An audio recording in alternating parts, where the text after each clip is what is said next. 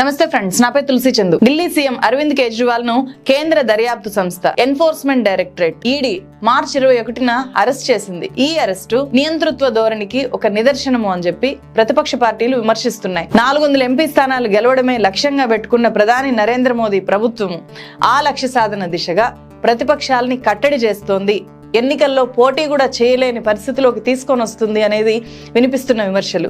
మార్చి 21న మన దేశంలో 3 కీలక పరిణామాలు జరిగాయి. వాటిలో ఒకటి, సుప్రీంకోర్టు ఆదేశించిన విధంగా డోనార్లు, పార్టీలు, యూనిక్ నంబర్లతో కూడిన ఎలక్టోరల్ బాండ్స్ కంప్లీట్ లిస్టును State Bank of India March 21నే బయటపెట్టింది. రెండోది, అరవింద్ కేజ్రీవాల్ ను ఈడీ అరెస్ట్ చేసింది. మూడో పరిణామం, కేంద్ర ఐటీ శాఖ కాంగ్రెస్ పార్టీ బ్యాంక్ అకౌంట్లను ఫ్రీజ్ చేసింది, స్తంభింపజేసింది, ఒక్క రూపాయి కూడా తీసుకోకుండా చేసింది. ఈ 3 వార్తలు కూడా చూడడానికి వేరువేరుగా అనిపిస్తాయి, బట్ ఇవన్నీ కూడా సార్వత్రిక ఎన్నికల నేపథ్యంలో జరిగినవి, ఒకదానితో ఒకటి సంబంధం ఉన్నవి. డాట్స్ ని కనెక్ట్ చేసి అర్థం చేసుకున్నప్పుడు మనకు క్లియర్ గా ఎస్టాబ్లిష్ అవుతుంది మన దేశము నియంతృత్వ ధోరణి వైపు అడుగులు వేస్తోందా అని చెప్పి. ఫస్ట్, ఎలక్టోరల్ బాండ్స్ కి సంబంధించిన కంప్లీట్ లిస్ట్ బయటకు వచ్చింది కదా.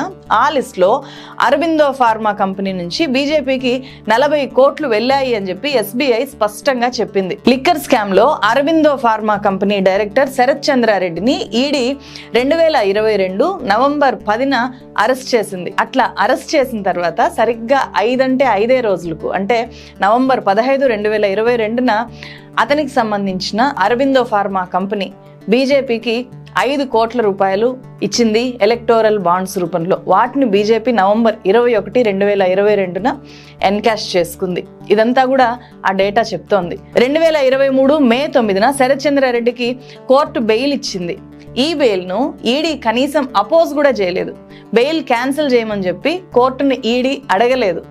మేలో బెయిల్ మీద వచ్చిన శరత్ చంద్రారెడ్డి జూన్ 1న అప్రూవర్ గా మారాడు. నేను స్వచ్ఛందంగా ఈ కేసుకు సంబంధించిన నిజాలను బయట పెట్టాలి అనుకుంటున్నాను, నేను అప్రూవర్ గా మారిపోతున్నాను అని చెప్పి అతను కోర్టుకు చెప్పాడు. ఈడీ స్వయంగా నవంబర్ లో ఈ శరత్ చంద్రారెడ్డిని కోర్టు క్షమించాలి అని చెప్పి పార్డన్ పిటిషన్ మూవ్ చేస్తే రౌస్ అవెన్యూ కోర్టు క్షమించి అతను అప్రూవర్ గా మారడానికి అంగీకరించింది. అప్రూవర్ గా మారిన తర్వాత నవంబర్ 8న మళ్ళీ శరత్ చంద్రారెడ్డికి చెందిన 2 కంపెనీలు అరబిందో ఫార్మా అలాగే ఏపీఎల్ హెల్త్ 35 కోట్ల రూపాయలని ఎలక్టోరల్ బాండ్స్ ద్వారా డైరెక్ట్ గా బీజేపీకి ఇచ్చారు. అంటే రాజకీయ శత్రువులైన అరవింద్ కేజ్రీవాల్ తదితరులని ఈ లిక్కర్ స్కామ్ లో బుక్ చేయడానికే శరత్ చంద్రారెడ్డి కంటే ముందే ఇదే కేసులో ఢిల్లీ వ్యాపారవేత్త అరుణ్ అరోరా అప్రూవర్ గా మారారు.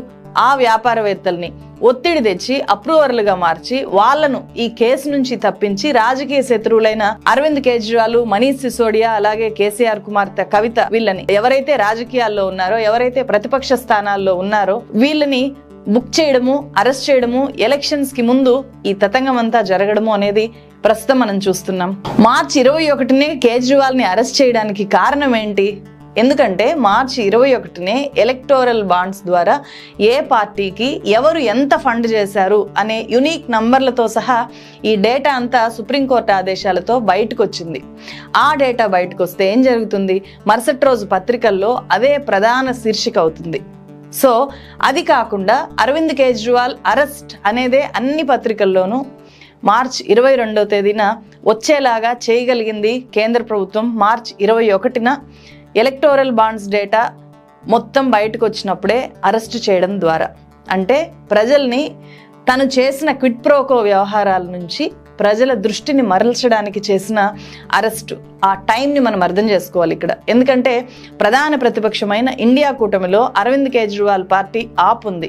జాతీయ స్థాయిలో కేంద్రాన్ని మొదటి నుంచి ఢీకొడుతున్న వ్యక్తి అరవింద్ కేజ్రీవాల్. ఎన్నికల టైంలో అరవింద్ కేజ్రీవాల్ జైల్లో ఉంటేనే కేంద్రం చేసిన తప్పులు కానీ, ఎలక్టోరల్ బాండ్స్ ద్వారా జరిగిన క్విడ్ ప్రోకో వ్యవహారాలు కానీ బయటికి రాకుండా ఉంటాయి.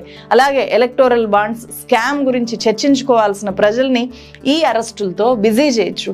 ఆమ్ ఆద్మీ పార్టీ లాంటి ప్రశ్నించే పార్టీలు కూడా కేంద్రం చేసిన తప్పుల్ని ప్రజల్లో పెట్టే అవకాశాన్ని కోల్పోతాయి. ఎందుకంటే వాళ్ళ నాయకులైన సీఎం కానీ అలాగే డిప్యూటీ సీఎం కానీ, ఇటు కేజ్రీవాల్ అటు మనీష్ సిసోడియా ఇద్దరు కూడా జైల్లో ఉన్నారు. వాళ్ళని బయటికి తీసుకొని రావడానికే ఆ పార్టీ కానీ ఢిల్లీ ప్రభుత్వం కానీ ఆ ప్రయత్నాలన్నీ చేస్తూ ఉండిపోతుంది. ఇటు కేంద్ర ప్రభుత్వం హాయిగా ఎన్నికల ప్రచార కార్యక్రమాల్లో నిమగ్నం అయిపోతుంది.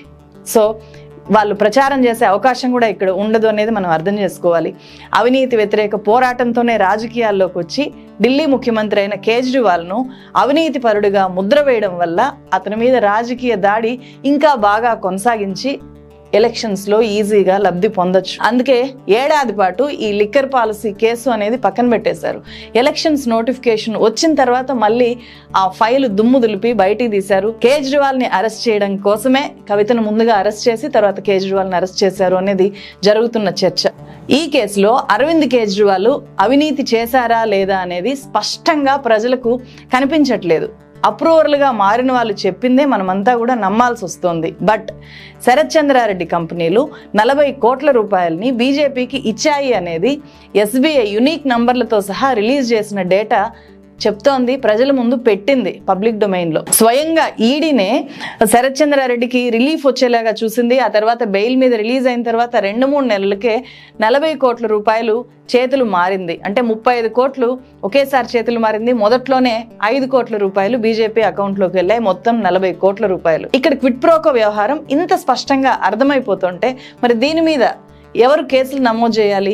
ఇది అవినీతి కాదా? ఈడీ తీరు ఇట్లా ఉంది కాబట్టి సీనియర్ న్యాయవాది కపిల్ సిబాలు కేజ్రీవాల్ అరెస్టును ఉద్దేశించి ఇట్లా ట్వీట్ చేశారు. ప్రజాస్వామ్యానికి తల్లి లాంటి భారతదేశానికి ఈడీ మాత్రమే అత్యంత విధేయుడైన పుత్రుడు అని చెప్పి పోస్ట్ చేశారు. భాజపాకు చందా దియా उसके बाद दिल्ली हाई कोर्ट में बेल जब उन्होंने अप्लाई करा बेल लेने के लिए मई 2023 में उनको बेल दे दी गई। लेकिन इसमें जरूरी बात क्या है, ईडी ने बेल को अपोज नहीं किया। आप खुद सोचिए कितने केसेस हैं जिसमें ईडी बेल को अपोज नहीं करता है।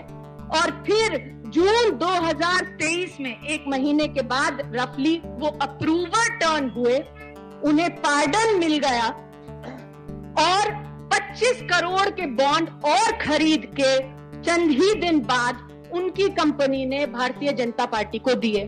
तो मुझे लगता है कि ये जो पूरी बॉन्ड की जो इंफॉर्मेशन सामने आई है, ये सारी सूचना को बहुत बारीकी से देखने की जरूरत है और जोड़ने की जरूरत है कि हमारे लोकतंत्र में आज क्या हो रहा है। 2014 నుంచి ఇప్పటిదాకా ఈడీ చేసిన దాడుల్లో 94% ప్రతిపక్షాల మీద చేసినవే. బీజేపీ పాలిత రాష్ట్రాల ముఖ్యమంత్రుల మీద ప్రతిపక్షాలు ఎంత పెద్ద ఆరోపణలు చేసినా ఎలాంటివి వాళ్ళ మీద బయటకు వచ్చినా కూడా ఎలాంటి చర్యలు ఉండవు. గతంలో ఈడీ ఐటీ దాడులు ఎదుర్కొంటున్న లీడర్లు బీజేపీలో చేరగానే పునీతులైపోతున్నారు.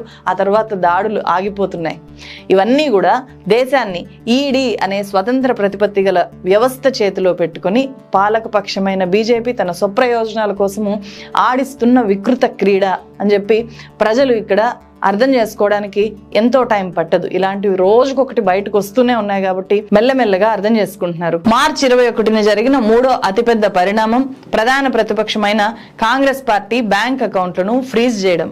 सुप्रीम कोर्ट ने जिस चुनावी चंदा बॉन्ड को इलीगल और अनकॉन्स्टिट्यूशनल कहा, मौजूदा सत्ताधारी दल ने हजारों करोड़ रुपए से ज्यादा अपने अकाउंट में भर लिया है और दूसरी तरफ साजिशन मुख्य विपक्षी दल का बैंक अकाउंट फ्रीज कर दिया गया। ఇప్పుడు కాంగ్రెస్ పార్టీ ₹1 కూడా తన బ్యాంక్ అకౌంట్ల నుంచి డ్రా చేసుకోలేదు. ఎలక్షన్స్ కోసం ఏ రకమైన ఖర్చు చేయలేదు. ఐటీ శాఖ ఆ విధంగా ఫ్రీజ్ చేసింది. ఎందుకు చేసింది ఇలా? కాంగ్రెస్ పార్టీ 2014-17 మధ్య తన అకౌంట్ లోకి వచ్చిన డబ్బు మీద పన్ను కట్టలేదంట. ఆ పన్ను వసూలు కార్యక్రమాన్ని ఇన్నేళ్లు కాకుండా ఈ 10 ఏళ్ల పాటు కాకుండా ఇప్పుడు సార్వత్రిక ఎన్నికలకి 2 నెలల ముందు మాత్రమే పన్ను వసూలు చేయాలి అని చెప్పి మన ఐటీ శాఖకు గుర్తొచ్చింది. అందుకే అకౌంట్ ని ఫ్రీజ్ చేసింది. అది కూడా ఎప్పుడు ఫ్రీజ్ చేసిందో తెలుసా? ఫిబ్రవరి 16న. అంటే ఎలక్టోరల్ బాండ్స్ రాజ్యాంగ విరుద్ధము అని చెప్పి సుప్రీంకోర్టు వాటిని నిషేధిస్తూ మొత్తం డేటాని ప్రజల ముందు పెట్టాల్సిందే అనే సంచలన తీర్పు ఎప్పుడు ఇచ్చిందో ఆ మరుసటి రోజు కాంగ్రెస్ పార్టీ బ్యాంక్ ఖాతాల్ని ఐటీ శాఖ ఫ్రీజ్ చేసింది. అట్లా ఫ్రీజ్ చేసిన ఖాతాల్లో యూత్ కాంగ్రెస్ ఖాతాలు కూడా ఉన్నాయి. దీంతో వెంటనే కోర్టుకు వెళ్లడం వల్ల తాత్కాలిక రిలీఫ్ వచ్చింది. అప్పుడు మళ్ళీ ఢిల్లీ హైకోర్టులో పిటిషన్ వేశారు. మార్చి 22న, అంటే నేను ఈ వీడియో రికార్డ్ చేస్తున్న రోజు మళ్ళీ ఆ పిటిషన్ విచారణకు వచ్చింది. కోర్టు కాంగ్రెస్ పార్టీ అభ్యర్థనను కొట్టేసింది. కాంగ్రెస్ పార్టీ బ్యాంక్ ఖాతాలు స్తంభించిపోయాయి. రాహుల్ గాంధీ, సోనియా గాంధీ, అలాగే Congress president Mallikarjuna Kharge press meet పెట్టారు. మార్చి 21న మాకు రైలు టికెట్ కొనుక్కోవడానికి కూడా కాంగ్రెస్ పార్టీ దగ్గర ఇప్పుడు డబ్బులు లేవు, ఎవరికి కూడా మేము మా అకౌంట్ లో నుంచి 2 రూపాయలు కూడా ఇవ్వలేని పరిస్థితికి వచ్చేసాము.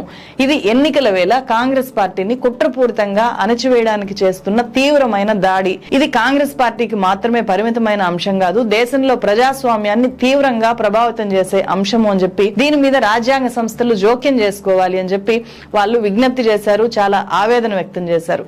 The idea that India is a democracy, this is a lie. There's no democracy in India today. All our bank accounts have been frozen. You can imagine if it is done to a family, the family will starve to death. If it is done to a business, the business will be crippled. We can do no campaign work. We cannot support our workers. We cannot support our candidates. And this has been done literally 2 months before the election campaign. Why has it been done? One notice comes from the 90s. Another notice comes from 6-7 years ago. Quantum amount 14 lakh rupees, and punishment our entire financial identity. The election commission has not even said, wait a minute, you have frozen the bank account of the largest of one of the biggest political parties, largest opposition in the country, and already our ability to fight the election has been damaged. We've already lost a month. This is a criminal action on the Congress party, and it's a criminal action done by the Prime Minister and the Home Minister. It's very clear. This type of activity does not happen without them in today's India. Election commission release చేసిన official data ఇది. ఇక్కడ చూడొచ్చు, electoral bonds top 10 donors for BJP, TMC and INC, Indian national Congress, Trinamool Congress and బీజేపీకి.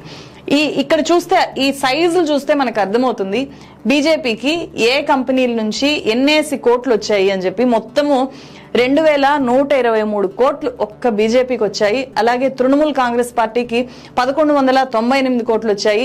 కాంగ్రెస్ పార్టీకి 615 కోట్లు వచ్చాయి. ఈ పెద్ద పెద్ద మొత్తాలని ఎవరెవరు ఇచ్చారు? మెగా కంపెనీ ఇచ్చింది, క్విక్ సప్లై చైన్ అంటే అంబానీ కంపెనీ ఇచ్చింది, భారతీయ ఎయిర్టెల్, ఇలా ఈ కంపెనీలన్నీ ఇచ్చాయి అనే డేటా బయటకు వచ్చింది కదా. ఈ 3 పార్టీలకే ఎక్కువ ఫండ్స్ వచ్చాయి. ఇప్పుడు కాంగ్రెస్ పార్టీకి తనకొచ్చిన ఈ ఫండ్ ని ఏ మాత్రం ఎలక్షన్స్ లో ఉపయోగించుకునే పరిస్థితి లేకపోతే ఇంత పెద్ద ఎత్తున మళ్ళీ ఫండ్ రైజ్ చేసే అవకాశం ఉంటుందా? ఉండదు. ఓవైపు అధికార బీజేపీ ఖాతాలో ఏమో వేల కోట్ల రూపాయల ఫండ్ తొనికిసలాడుతోంది. చాలా మంది బీజేపీ చేతిలో ఉన్నారు, పెద్ద పెద్ద వ్యాపారవేత్తలు కావాల్సినంత సపోర్ట్ చేయడానికి. ప్రధాన ప్రతిపక్షం బ్యాంక్ ఖాతాలో ఏమో ఉన్నదే తక్కువ అంటే దాన్ని కూడా స్తంభింపజేసేశారు. ఎన్నికల్లో కనీస ఖర్చులు కూడా పెట్టుకోలేని ఒక దయనీయ స్థితికి నెట్టేశారు. నిజంగా ఇట్లాంటి తీరుని ప్రజాస్వామ్యం అని అనొచ్చా? ఐటీ శాఖ మీద కేంద్ర ప్రభుత్వ ఒత్తిడి లేకపోతే 9 ఏళ్ల తర్వాత ఇప్పుడు బ్యాంక్ ఖాతాలను ఫ్రీజ్ చేయడం ఏంటి? బీజేపీ 400 సీట్లు గెలవాలి అన్నదే ఇక్కడ మోదీ ప్రభుత్వం పెట్టుకున్న లక్ష్యము. ఈ లక్ష్యాన్ని సాధించడానికి దేశాన్ని నియంతృత్వం దిశగా మెల్లగా తీసుకెళ్తున్నారు. సార్వత్రిక ఎన్నికల కంటే ముందే ఇలాంటి ధోరణులతో తీసుకెళ్తున్నారు అనేది ఇక్కడ అర్థమవుతోంది. ఇద్దరు సమఉజ్జీల మధ్య ఎప్పుడైనా ఒక పోటీ జరిగిందనుకోండి, ఎవరి బలాబలాలేంటో తెలుస్తాయి, ఎవరి బలం ఏంటి, ఎవరి బలహీనత ఏంటి అనేది అర్థమవుతుంది పోటీ చూసే వాళ్ళకి. పోటీ పడేవాడి కాళ్ళు చేతులు ముందే ఇరగ్గొట్టేసి ఆ కాళ్ళు చేతులు ఇరిగిపోయిన వాడు బరిలోకి దిగాడనుకోండి, ఆ తర్వాత వచ్చే గెలుపు నిజంగా గెలుపు అవుతుందా? అది న్యాయం అవుతుందా ఆ పోటీ? ప్రస్తుతం దేశంలో జరుగుతున్నది కూడా అలాంటిదే. మీడియాను కొనేయడము, ప్రతిపక్ష పార్టీల అకౌంట్లు ఫ్రీజ్ చేయడము, ప్రజల్ని ప్రశ్నించే నాయకుల్ని జైల్లో వేయడము, వ్యాపార సంస్థల మీద ఐటీ దాడులు చేసి భారీగా ఎలక్టోరల్ బాండ్స్ ద్వారా సొంత పార్టీకి నిధులు రాబట్టుకోవడము, క్విడ్ ప్రోకో వ్యవహారాలతో ఫండ్ రాబట్టడము, ప్రజల్ని పోలరైజ్ చేసి మైనారిటీ మెజారిటీగా విడగొట్టి మెజారిటీ ప్రజలంతా ఓట్లు వేసేలాగా, ఏకపక్షంగా ఓట్లు పడేలాగా ప్రేరేపించడం, ఈవీఎంల గురించి ఎన్ని ప్రశ్నలున్నా సరే వాటినన్నిటిని కొట్టిపడేయడం, వీటన్నిటి మీద ప్రశ్నించాల్సిన మీడియాని కొనేయడము, ఏ ఒక్కరోజు కూడా ప్రశ్నించే అవకాశమే ఇవ్వకుండా ఈ 10 ఏళ్లలో ఒక్కటంటే ఒక్క ప్రెస్ మీట్ కూడా పెట్టకుండా ఉండడం, ఇది నియంతృత్వ ధోరణి కాదా? సార్వత్రిక ఎన్నికలకు ముందు జరుగుతున్న ఇలాంటి కీలక పరిణామాలని దేశ ప్రజలందరూ ఇప్పుడు ఆలోచించకపోతే తర్వాత చాలా ప్రమాదకర పరిస్థితుల్ని మనమంతా చవి చూడాల్సి వస్తుంది.